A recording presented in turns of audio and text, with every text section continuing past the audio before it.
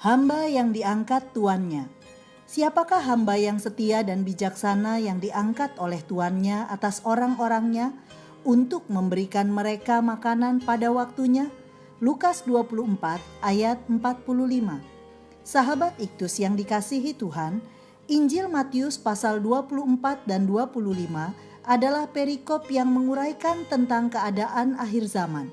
Secara khusus, perumpamaan hamba yang setia dan hamba yang jahat diawali dengan penjelasan yang disampaikan dalam ayat 44.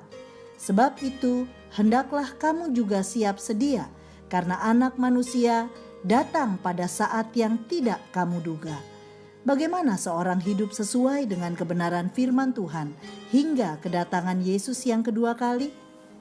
Istilah hamba, bahasa Ibraninya ebed atau Yunaninya doulos, yang berarti budak atau seorang yang tidak memiliki hak lagi atas dirinya sendiri. Sepenuhnya ia adalah milik tuannya, sehingga tugasnya hanyalah melakukan kehendak tuannya itu. Pada bagian ini kita akan melihat bagaimana seorang hamba diangkat oleh tuannya, baik dalam hal status, ciri, dan apa berkat yang diterimanya. Beberapa hal yang kita renungkan adalah: 1. Hamba yang diangkat tuannya. Seorang hamba atau budak adalah orang yang sudah dibeli dan sepenuhnya menjadi milik tuannya. Sang tuan memiliki wewenang penuh atas hambanya, termasuk memberi hukuman atau kepercayaan. Di ayat 45, sang tuan mengangkat hamba yang setia atas orang-orangnya untuk memberi mereka makan pada waktunya. Ini menunjuk pada setiap orang yang melayani Tuhan yang diangkat oleh Tuhan. Tidak ada seorang pun yang menjadi hamba Tuhan tanpa diangkat oleh Tuhan. Bila hamba yang setia itu terus-menerus mengerjakan tugasnya sampai tuannya kembali, ayat 46, dan tidak seperti hamba yang jahat, ayat 48 sampai 51, maka Tuhan akan mengangkat dia menjadi pengawas segala miliknya, ayat 47. Pengangkatan atau promosi berupa kepercayaan yang lebih besar adalah hak atau wewenang Tuhan. 2. Ciri hamba yang diangkat tuannya. Pertama, setia. Istilah setia digunakan sebagai kata sifat dari seorang hamba yang berkenan kepada Tuhan. Kata setia tidak dapat dipisahkan dari istilah loyal, yang berarti memiliki hubungan intim yang dibangun di atas dasar intensitas kebersamaan. Kata setia selalu dikaitkan dengan kata menyembah atau proskuneo, yang digambarkan seperti kesetiaan seekor anjing kepada tuannya. Hal ini tentulah tidak dapat ditemui dalam diri seorang hamba yang jahat. Kedua, bijaksana.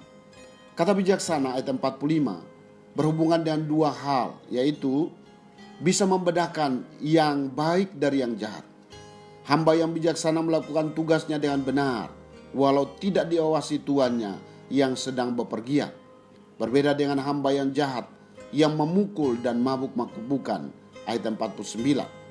Selanjutnya, hamba yang bijaksana mempergunakan waktu untuk mengerjakan tugas yang dipercayakan kepadanya. Hamba yang diangkat tuannya bertanggung jawab memberi makan orang-orang itu pada waktunya. Ketika tuannya datang, ia kedapatan mengerjakan tugasnya, ayat 46. Sedangkan hamba yang jahat tidak sabar. Ia berkata, tuanku tidak datang-datang, ayat 49. Tuhan menginginkan agar bijaksana menggunakan waktu untuk sesuatu yang bernilai kekal. 3. Berkat bagi hamba yang diangkat tuannya. Berbahagialah hamba yang didapati tuannya melakukan tugasnya itu, ayat 46. Adalah berkat yang didapat hamba yang diangkat tuannya. Semua hamba menanti kedatangan tuannya, tetapi hanya hamba yang setia dan bijaksana yang terus bekerja sampai tuannya datang yang berbahagia. Yesus Kristus akan datang kembali sebagai hakim, dan setiap orang yang setia menanti dengan melakukan tugas utamanya, yaitu memberitakan Injil Kerajaan Allah di seluruh dunia, menjadi kesaksian bagi semua bangsa. Adalah orang-orang yang ikut dalam kebahagiaan tuannya. Sedangkan hamba yang jahat, ketika tuannya datang pada waktu yang tidak disangkanya dan tidak diketahuinya, ayat 50, kebinasaan akan menjadi bagiannya. Sahabat Iktus, kita bersyukur untuk perubahan status yang dianugerahkan kepada kita dengan percaya dan menerima Dia sebagai Tuhan dan Juru Selamat maka status kita yang adalah hamba dosa diubah menjadi hamba Kristus. Menjadi hamba yang setia menyembah Tuhan, itulah yang Tuhan inginkan, dekat dengan Tuhan dan mengerti kehendak-Nya. Menjadi hamba yang bijaksana berarti dapat menggunakan waktu hidup untuk sesuatu yang bernilai kekal. Kesempatan hidup saya pakai untuk mempersiapkan diri saya menyambut kedatangan Tuhan Yesus yang kedua. Saya juga mau terlibat secara aktif dalam memberitakan Injil kepada segala suku, kaum dan bahasa, agar mereka percaya dan beroleh kepastian keselamatan. Saya percaya bahwa ketika saya taat melakukan kehendak Tuhan, Ia akan memberi kepercayaan yang lebih besar lagi kepada saya. Bahkan saya akan memperoleh kebahagiaan kekal ketika Tuhan Yesus datang kembali. Sahabat Iktus yang dikasihi Tuhan, kapan seorang menjadi hamba yang diangkat oleh tuannya? Apakah ciri hamba yang menerima promosi atau pengangkatan dari tuannya?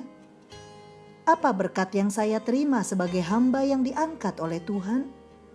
Tuhan Yesus, saya telah menjadi hamba-Mu ketika saya percaya bahwa Engkaulah Tuhan dan Juru Selamat saya. Saya bersyukur karena hidup kekal menjadi pasti saya terima. Sekarang saya belum sampai ke sana. Saya masih ada di sini, di dunia. Saya tahu bahwa Engkau menginginkan saya untuk berbuat sesuatu yang menyenangkan hati-Mu. Saya mau mempersembahkan jiwa-jiwa yang terhilang lewat semua sarana yang Engkau telah berikan pada saya, baik melalui pekerjaan, pelayanan, dan semua fasilitas yang dipercayakan kepada saya. Dalam kesetiaan saya, Tuhanlah yang mempromosikan saya, dan saya memperoleh kebahagiaan sejati saat Engkau datang kembali. Amin. Hanya ada satu kehidupan yang akan segera berlalu. Hanya apa yang aku lakukan bagi Kristus akan bertahan.